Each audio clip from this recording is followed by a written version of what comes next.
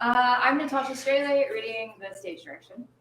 I am Susan Finnerch, and I am reading the part of Joyce. And I'm Michelle Cullum, and I will be reading the role of the mother Madeline.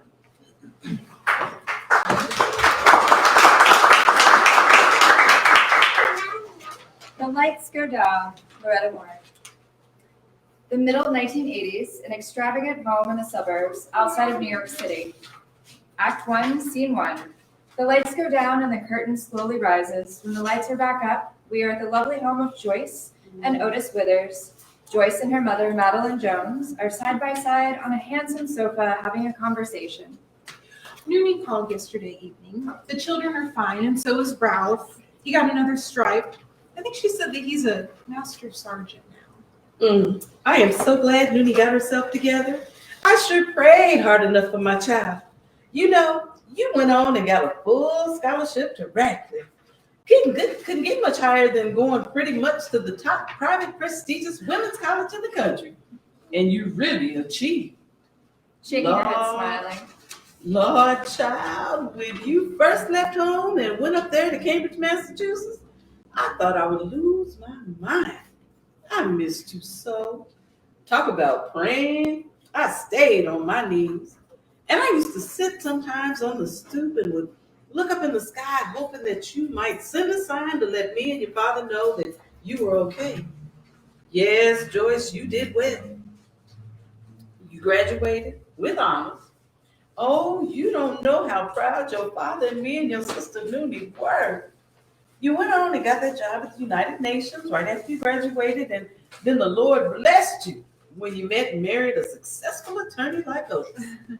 And then the Lord blessed you and Otis with little Otis and Jonathan, the two cutest little grandsons any grandmother would want. Not even talking about all the other things the Lord blessed you with. Look at all y'all have. You live in this huge house, and it's like a mansion, and you're out here in the suburbs with 3 luxury cars. You go to fancy places. Y'all even have squirrels around here. You know what I noticed? We don't have squirrels. Where I live, ain't no squirrels. We have rats. Big old, huge, scary rats. In poor neighborhoods, that's what you get. Y'all even got deer wandering around. Now, I don't feel comfortable with those deer. I think they might bite me. Mama, deer don't bite. They have teeth, don't they?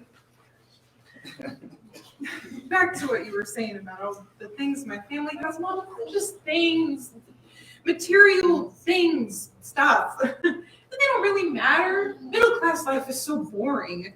There are things I miss about the old neighborhood, the way it was when Noonie and I were growing up. Not the way things are now with crime, drugs, and all of that. You know something? I even miss Temple Baptist Church. At that church, I used to feel that life was unshakable and real. Otis and the boys and I go to a cathedral at St. Mark Episcopal. There's no movement inside of it, just quiet, as if it's listening to itself. The Holy Spirit was in Temple Baptist. Basically, I miss the softness I used to feel curl around my life as a child there. Here in this elevated community, everyone is so sophisticated, so elitist. Everyone is trying to outperform with private schools, activities, organizations, vacation homes, children's summer camps, and everything in class and refinement that I didn't mention. It's a proving ground where everyone is trying to grab the attention of others. None of us can truly stand one another, believe me. Mama, I never told you this, but I am not a happy young woman. I feel like I'm not doing the thing that could make my life fuller. I have yearnings to do something else with my life. Child, what more could you want out of life? If you'd have had to work hard as I had to, and you still barely just keep things level, then maybe I could understand how you feel. But you and Otis and the boys have so much. Mama, I want to be a writer. I want to leave my job at the UN and pursue writing as a career. Joyce, have you talked this over with Otis? I always knew that. All of those times you were making up stories for everyone, and when you learned how to write, putting those stories down on paper, I knew how deep it was inside of you. I don't think I ever had something driving me such as that. I don't remember wanting to be anything except a good wife, a good mother, and I knew I'd have to work like a dog, a horse, and a mule to do it. If what you want is that deep inside of you, it's what you ought to be doing. I sometimes think that Noonie had her problem because she didn't follow her star. Noonie should have stayed in college and become a medical doctor. That was something she always wanted to be. But she met Ralph, and that was that. I'll always believe that was how her drinking problems got started. Thank goodness that's behind her and her family and all of us. Uni really had us scared there for a couple of years. I remember the first time I realized that something was terribly wrong. It was the time that she left Ralph out there in the basin, Arizona. She and the two girls rode all the way from Phoenix by bus. And by the time they got there, Noonie told me that she had to be pulled out of her seat because she had sat so long. But Noonie was high as a flying kite. I know that because she came to visit me. She put the girls to bed and stayed up all night long watching television and drinking beer. She went through 2 6-packs Otis had gone out and bought at her request. Then when your father passed, the problem got worse. That threw her back into it. 5 years ago, that was. I think we all knew then just how bad it was. We knew that Noonie couldn't beat it on her own. And I think that Ralph was beginning to want to give up on her, much as he loved her and those girls. He's a patient man, all right. At that point, Noonie realized she needed help also. That was 5 years ago.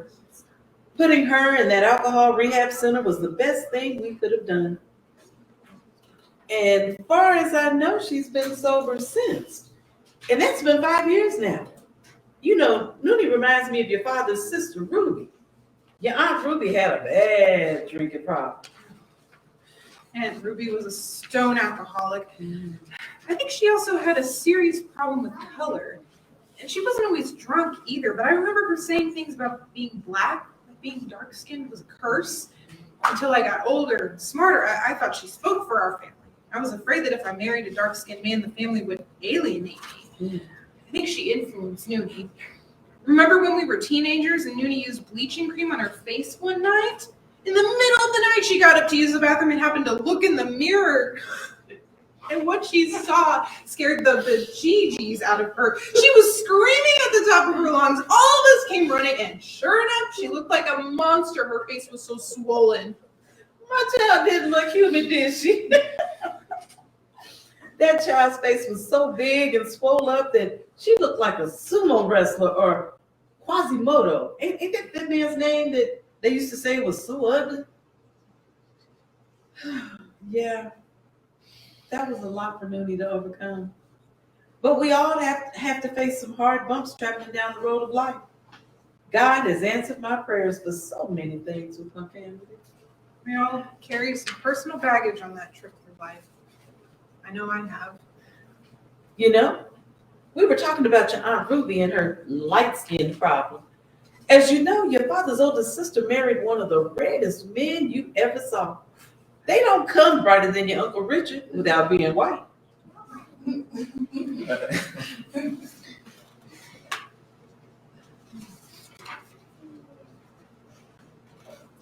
Aunt Ruby loved herself some Uncle Richard. Knowing something, when I was little, I used to think of those two as the most romantic couple I ever saw. They would travel all over the country. To me, they were so glamorous, worldly, so deeply in love, and they were always going places, doing things. They would whip in here from Detroit and whip out of here like they were on a magic carpet. I used to wish that I could be them. No, baby. You wouldn't want to be your Aunt Ruby. Not for anything in the world. Your Aunt Ruby didn't have it so good. You know, when she passed away 2 years ago, when we went to Detroit to the funeral, your Uncle Richard revealed something about him and your Aunt Ruby. He sat in that lovely house of theirs in the living room, And he told me that the whole time he and Ruby were married, he'd been in love with another woman. And guess what? Young Ruby knew about it.